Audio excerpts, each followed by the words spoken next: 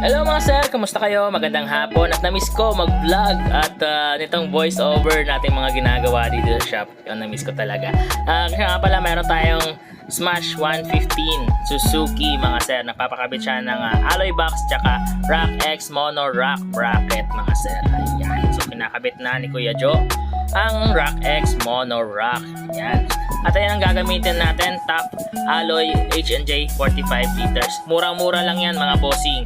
Alloy box, ayan, may reflectorized sticker at naka fully leather na po ang kanyang loob. Ayan ang manual na hindi naman natin binabasa. At meron siyang dalawang susi. Syempre meron siyang kasamang backrest mga sir. Nakalagay na po dyan sa mismong alloy top box. Ayan.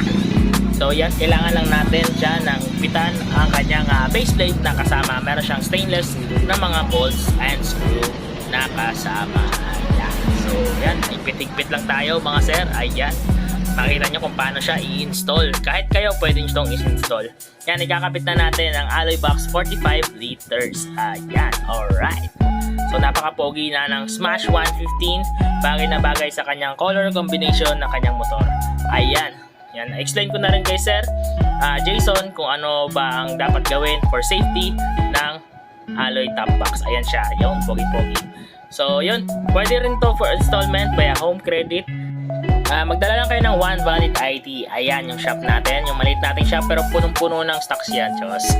Yan nga pala kami ni Sir Jason. Yan. Yun lang mga sir, ride safe always. Peace out.